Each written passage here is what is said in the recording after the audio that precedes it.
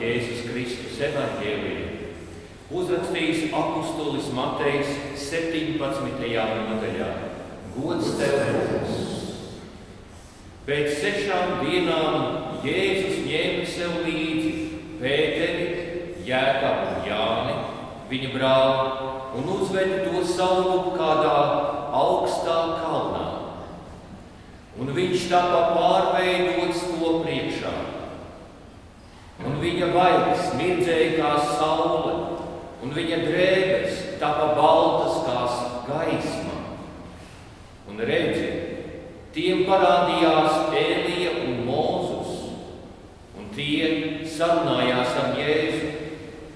Un Pēteris vērsās pie Jēzus un sacīja: Kungs, šeit mums ir labi.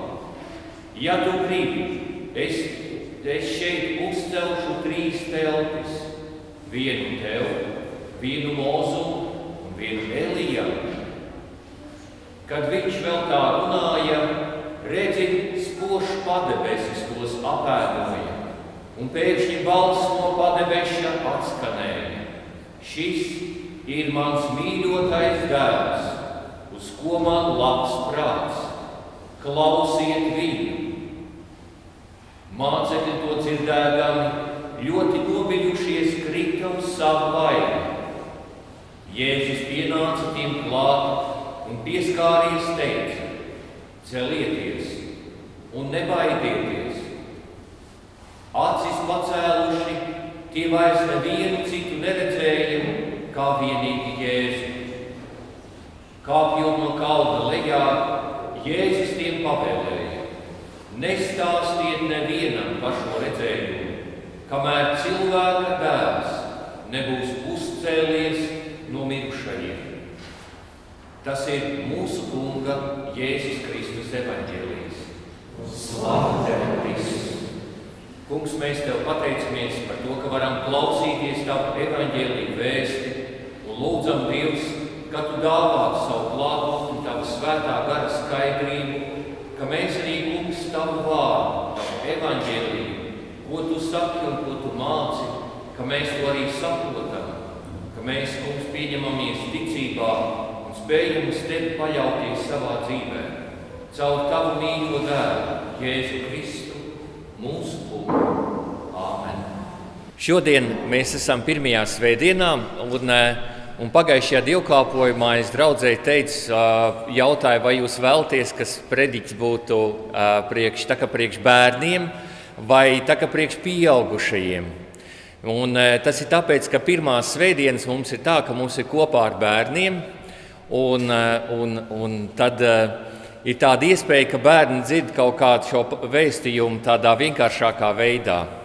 Bet šajā dienā es skatos, tur ir bērni aizmugurē, un es speciāli atnesu zīmuļus un lapas. Ja te vēl ir kādi bērni, kas ir uz mieru, tad varētu kaut ko tur uzzīmēt jauku. Un rīt es tikšos ar 2 kapelāniem, kas brauc uz Ukrainu. Viņi brauc no Igaunijas, un tā ir viena tāda neliela draudze pie Kijevas, ar ko mēs iespējams varētu sākt draudzēties, luterāņu draudze. Un varbūt mēs kāds dažs zīmējums, ko bērni uzzīmē, varētu viņiem aizvest, lai viņi aizved kādiem ukraiņu vīriem. Šodien ir par Jēzus kāpšanu kalnā kopā ar apustuļiem, jeb apskaidrošanu kalnā.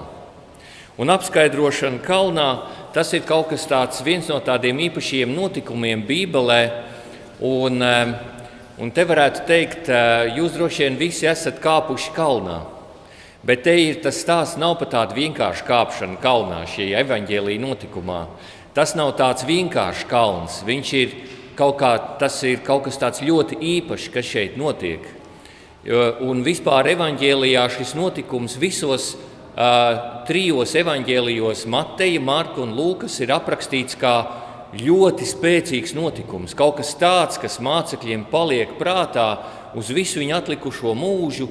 Tas ir kaut kāds sevišķs piedzīvojums, tāda īpaša atklāsme, kur viņu skolotājs pēkšņi tika viņu acīs mainījās. Un šeit mēs varam runāt par tādām dažādām lietām. ir cilvēki, kas kāpj kalnos. Viņi uzkāpj kalnā tikai tāpēc, ka, lai būtu tā kāpšana, piedzīvot kāpšanu. Bet Jēzus jau neaicina līdz 3 mācekļus, lai viņi vienkārši nodarbotos ar kalnā kāpšanu. Bet te ir kaut kas tāds īpašs, jo, piemēram, Lūkas evaņģēlijā Jēzus kāpj kalnā ar nodomu, ka viņš varētu lūgt Dievu. Un Bībelē ļoti bieži tiek runāts par to, ka kalnā kaut kas notiek. Piemēram, kas Bībelē ir, ja jūs varbūt atceraties, kas tāds īpašs notiek kalnā, kaut kas tāds sevišķs Bībelē, ļoti svarīgs, kas attiecas arī uz mums, kas kalnā notiek tāds garīgā nozīmē, bet Bībeles notikumos, vēl vecajā derībā, es gan gribu teikt. Jūs varat pateikt, kas tāds īpašs notiek kalnā? Jā, Gabriels pateica pareizi.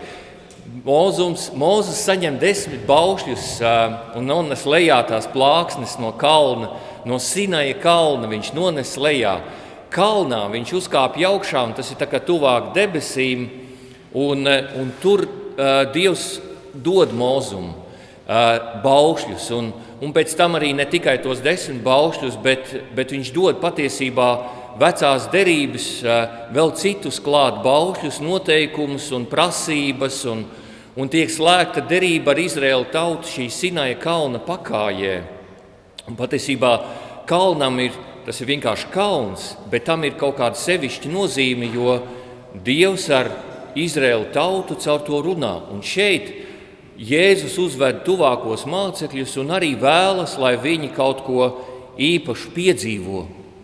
Un te būtu jautājums, bet tiešām, kas tad ir tas, ko viņi tur piedzīvo? Jūs atceraties šajā stāstā, Jēzus viņa acīs tiek pārmainīts. Un tur ir tāds grieķu vārds, kas tāds metamorfozis tur ir rakstīts, tā metamorfoze. Jēzus piedzīvo, ka viņš tiek pārmainīts.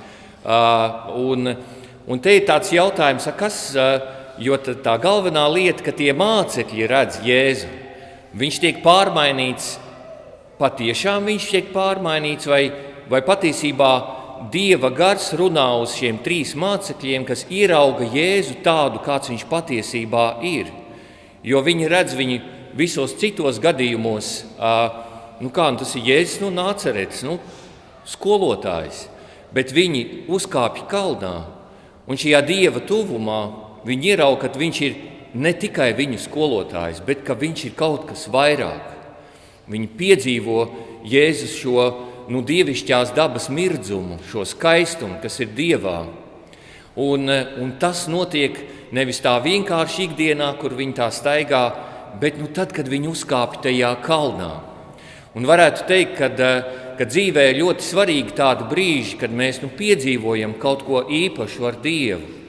Un gribās jau jums tā pajautāt, tāds kārdinājums man šajā brīdī ir pajautāt jums, vai jūs esat piedzīvojuši kaut ko tā, ka Dievs jūs ir uzrunājis, un kādos brīžos tas jums ir noticis. Tu mums prasīja diezgan daudz laika, katrs gribētu kaut ko pastāstīt, bet šie piedzīvojumi ar Dievu ir svarīgi, bet viņi nav tie noteicošie. Bet tā īpašā lieta, kad arī, gavēņa laiks, viņš nozīmē, ka mēs kāpjam kaut kur, ka mēs vēlamies būt ar Dievu. Un cilvēku dzīvē ir kaut kāds laiks, kas ir svarīgs, ka mēs gribam būt ar Dievu. Mēs veltījam laiku priekš Dieva. Un tā ir kā kāpšana apskaidrības kalnā. Kad es kāpju kaut kur, un tas nav tik vienkārši, kad mēs veltījam laiku Dievam, un es tā kā eju laukā no savas ikdienības, un es tam veltījos. Un Dievs ir tas, kas man var dot kaut ko īpašu, un es varu arī nepiedzīvot kaut ko, neko īpašu. Bet šeit mācekļi to piedzīvo. Un vēl arī gribētos teikt, ka, ja mēs tā mūsu ģimenes kontekstā runājam, tad kas varētu būt tāds īpašs brīdis mūsu ģimenēs, tāds garīgs brīdis mūsu ģimenēs? Kaut kas tāds svarīgs un būtisks, proti kaut kāds apskaidrošanas kalna brīži mūsu ģimenē. Un es domāju, ka vai tas nevarētu būt kaut kāds tāds, kad mūsu ģimenē kaut kas ienāk, kaut kas garīgs vispār ienāk mūsu ģimenē. Kaut kas tāds, kas nav nekad iepriekš varbūt bijis, bet kas ienāk mūsu ģimenē. Kad mēs, piemēram, mēs šajā svētdienā, tad, kad mēs sēdīsimies pie pusdienu galda, varētu sākt ar lūgšanu.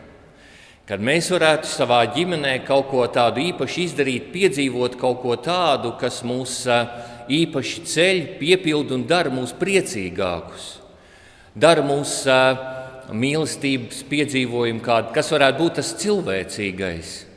Bet, ja mēs runājam tieši par šo garīgo, tad ģimenes kontekstā tas ir vienmēr, kad Dievs ienāk un ļauj mums piedzīvot kaut kādu Dieva klātbūtni mūsu kopībā, mūsu attiecībās, kas varbūt līdz šim nav piedzīvojuši šo kaut kādu garīgo klātbūtni, bet ka mēs ļaujam tam notikt mūsu attiecībās savā starpā, ja mēs esam tikai 2, mums nav vēl bērni, bet varbūt arī kopā ar bērniem, ka mēs varam ļaut ienākt šai dievišķai klātbūtnē mūsu ģimenē. Un tie parasti ir vecāku lēmumi, kad mēs tā gribam, lai arī kaut kas garīgs mūsu ģimenē notiek. Un tas tad ir kaut kāda tā iespēja, kad mēs piedzīvojam Dievu. Dievs gaida, lai mēs ļaujam Dievam notikties mūsu dzīvē. Un tas, vai mēs piedzīvosim kaut ko tādu īpašu vai nē, tas ir no Dieva. Bet mūsu ziņā ir ļaut šīm lietām būt, ļaut ienākt ticības lietām kaut kādai brīdim priekš Dieva. Un bieži vien tas ir tiešām varbūt lūkšana pirms ēdienreizēm, vai arī, teiksim, ka mēs iemācamies lūgt, pirms mēs ejam gulēt, dienu noslēdzam, ar pateicību varbūt sākam dienu, ieliekam dienu Dieva rokās, un tā ir varbūt bieži vien arī tāda kāpšana kalnā, ka mēs tuvojamies Dievam. Šī kāpšana kalnā ir tuvošanās Dievam, un mēs esam tuvāk un ļaujam Viņam mūsu dzīvē notikties. Bet vēl ir arī kaut kas tāds, kas ir varbūt vēl pat arī grūtāk, proti to, ka mēs izrunājam lietas, kas varbūt, ko mēs jūtam, kas nav izrunātas mūsu ģimenē, kad mēs ļaujam patiesībai ienākt mūsu attiecībās, kad mēs izlīkstam savā starpā, ja esam sastrīdējušies, ka mēs piedodam viens otram un ļaujam piedošanai ienākt mūsu vidū. Un tad mūsu attiecības piedzīvo kaut kādu pilnīgi kaut ko jaunu un skaistu. Jo arī šeit tajā notikuma apskaidrošanas kalnā tas ir brīdis, kurā mācekļi piedzīvo, ka viņu skolotājs pēkšņi kļūst savādāks. Un tas var notikt arī tādā mūsu garīgajā dzīvē, ka mēs piedzīvojam Dievu tādu, kādu iepriekš neesam piedzīvojuši.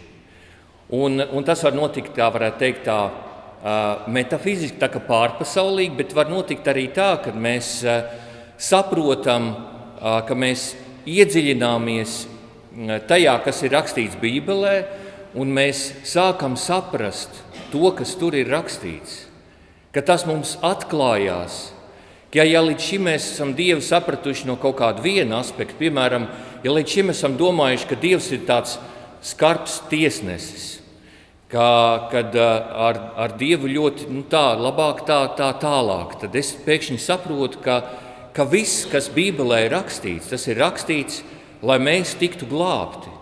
Ka Kristus ir atnācis nevis tāpēc, lai beigās mūs visus notiesātu, bet tāpēc, lai visi cilvēki tiktu glābti. Un ka patiesībā viss, ko Dievs dara, viņš dara, lai pēc iespējas vairāk cilvēku nonāktu debesīs. Un lai es nonāktu debesīs, lai mana sieva nonāk debesīs, un mani bērni nonāk debesīs. Un viss, ko Jēzus dara tur, viņš dara katra cilvēka dēļ. Un pēkšņi kaut kā tas var atklāties tev tādā pilnīgi jaunā veidā, jo tu iedziļinies šajā Bībeles vēstī. Tu ļauj tam būt. Un tas ir arī tāds notikums apskaidrošanas kalnā. Tas ir nevis fizisks kalns, bet tas ir garīgs notikums. Un tas var notikt mūsu dzīvē. Tam ir vērts veltīt laiku, bišķi par to padomāt, ļaut tajā gremdēties, un Dievs, kā teikt, nepaliks parādā. Viņš atklāja atkal kaut kādu jaunu aspektu, kaut ko īpašu, kas ir ļoti būtisks, kas priekš mums kaut kāds jauns solis uz priekšu. Un nevelti Jēzus ņem nevis visus 12 apustuļus, bet tikai šos 3. Un kāpēc? Tāpēc, ka viņš kaut kā zināja, vai viņus pazina šos vīrus, ka viņi ir tuvāki viņam, ka viņi piedzīvos to, ka tas ir kaut kas tāds īpašs brīdis, kad tajā kalnā viņi piedzīvojuši, viņi to ieraudzīs. Kaut kas tajā patiešām arī bija.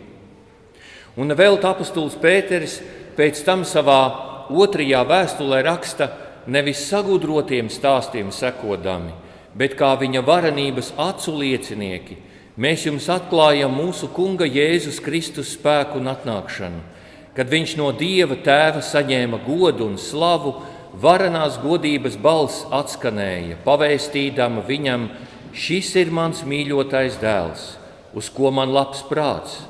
Šo balsi mēs dzirdējām no debesīm atskanām, kad kopā ar viņu bijām uz svētā kalna. Un patiešām šī evaņģēlija vēsts ir tāda, kur Kristus visiem saka: nāciet pie manis visi, kas esat bēdīgi un grūtsirdīgi. Es jūs gribu atvieglināt. Ņemiet uz sevi manu jūgu, mācīties no manis, jo es esmu lēnprātīgs un sirdī pazemīgs. Tad jūs atradīsiet atvieglojumu savām dvēselēm, jo mans jūgs ir patīkams un mana nasta viegla. Tad patiešām šajā gavēņa laikā, lai ir mums tādi brīži, kad mēs piedzīvojam Dievu un ļaujam arī tiem cilvēkiem, kas mums ir līdzās, arī mūsu ģimenē, kādus brīžus, kurā Dievam ir vietas mūsu attiecībās, mūsu ģimenē, mūsu laikā, kuru mēs varam izdzīvot. Lai Dievs svētī mūsu dzīvošanu, mūsu gaitas un vada mūs visus. Āmen. Mēs apliecināsim savu ticību. Es ticu uz Dievu Tēvu, visu valdītāju, debesu un zemes radītāju, un uz Jēzu Kristu, Dieva vienpiedzimušo dēlu, mūsu Kungu, kas ieņemts no svētā gara, piedzimis no jaunavas Marijas, cietis zem Poncija Pilāta, krustā sists, nomiris, aprakts, nokāpis ellē, 3. dienā augšām cēlies no mirušajiem, uzkāpis debesīs, sēdies pie Dieva, visu valdītāja Tēva labās rokas, no kurienes viņš atnāks tiesāt dzīvos un mirušos. Es ticu uz svēto garu, vienu svētu kristīgu baznīcu, svēto sadraudzi, grēku piedošanu, miesas augšām celšanos un mūžīgo dzīvošanu. Āmen.